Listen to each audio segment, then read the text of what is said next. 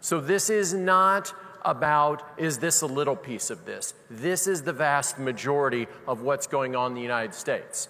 See, the average North American gets hit with almost 14,000 commercial messages a day, every day, and it takes about 15 seconds for a normal human to process a commercial message.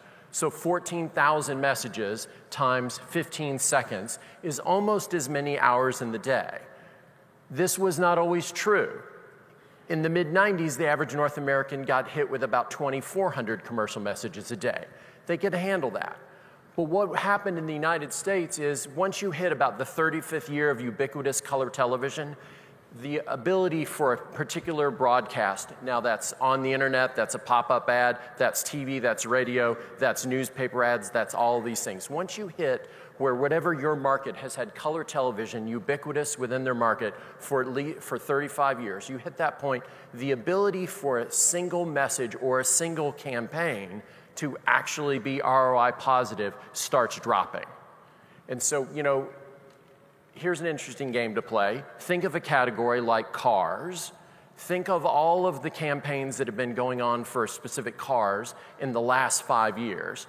And then put that in the bottom, and then at the top put how many campaigns you think actually made a big difference in car sales, and you'll run around 7 or 8%. So it is humanly possible. Axe body spray is a really great example. It is humanly possible to do a broadcast campaign and have you sell a lot of stuff. Anybody have a kid that's in middle school, particularly a boy, so like 14 or 15? So they spray this stuff all over themselves as Axe body spray? Because the story that people are telling about Axe in the commercials is, if you are 15 years old and you spray this all over yourself, supermodels will fall from the sky and they will ride upon you. Being a former 15-year-old boy myself, I was like, dude, I totally would have done that. For $8, I would have totally gone down that way. Again, if you have middle school boys or high school boys and you've seen this, the reason they stink of that stuff so much is because when they follow the directions, if they follow the directions, and they spray it the first time, and the supermodels don't fall from they're like, well, maybe I just didn't put enough on. And so they go,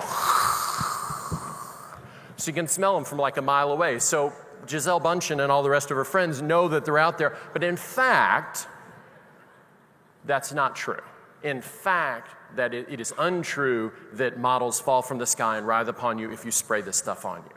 Now, take that same story in a word-of-mouth perspective. Two dudes, 15 years old, playing Xbox or whatever. One guy says to the other guy, hey, spray this on yourself and this will happen. So, of course, he does it. And when it doesn't happen, he punches the other guy in the head. And then they're two guys. And so they just go on and they keep playing Xbox. Very few stories work if they don't have 3 particular components to them. So is a story interesting? Is it interesting to that influencer? 1 North American in 10 tells the other 9 what to buy about everything, right? These influencers are critically important to you. And they're critically important to you because 8 out of 10 North Americans have at least one brand-specific conversation every day, which means there's 15% of all conversations 24/7, 365 in your markets are about a branded product or service.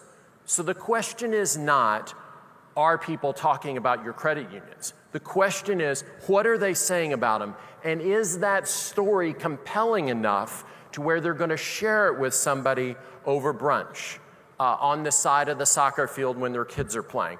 Where is it compelling enough? Is it interesting? Is it relevant? Is it authentic?